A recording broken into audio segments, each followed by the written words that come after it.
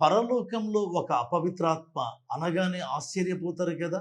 ఒక్కసారి ఉలిక్కి పడతారు కదా!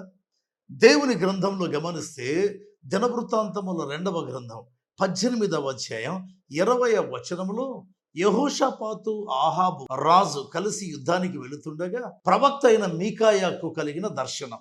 ఆ దర్శనములో పరమండలములో దేవుడు సింహాసనాసీనుడై ఉన్నాడు. కోట్ల కొలది దేవదూతల కడ నిలబడుకొనున్నారు.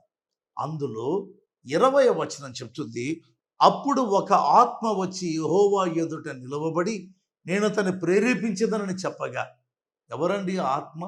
21వ వచనం చెప్తుంది, అబద్ధము ఆడే ఆత్మగా ఉంటాను అన్నట్లుగా దేవుని వాక్యం చెప్తుంది.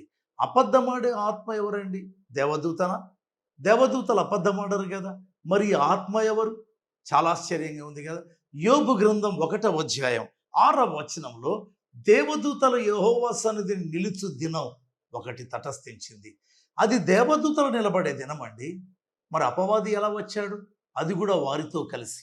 సరే, ఇప్పుడు వాక్యంలో చూస్తే దేవదూతలు నిలబడి ఉంటే పరలోక సైన్య సమూహం, ఈ అబద్ధమాడే ఆత్మగా ఈ ఆత్మ వచ్చాడు. భూలోకంలో జరిగే యుద్ధంలో ఇశ్రాయేలు రాజు చనిపోవాలి.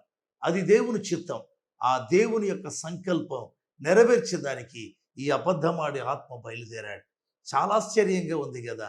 అందుకే మన దేవుడు సైన్యములకు అధిపత్యకు యెహోవా ఏ సమూహమైన, దేవదూతల సమూహమైన, పరిశుద్ధుల సమూహమైన, హతసాక్షుల సమూహమైన, అపవిత్రాత్మల సమూహమైన, ఏ సమూహమైన ఆయన అధీనంలో ఉన్నాయి.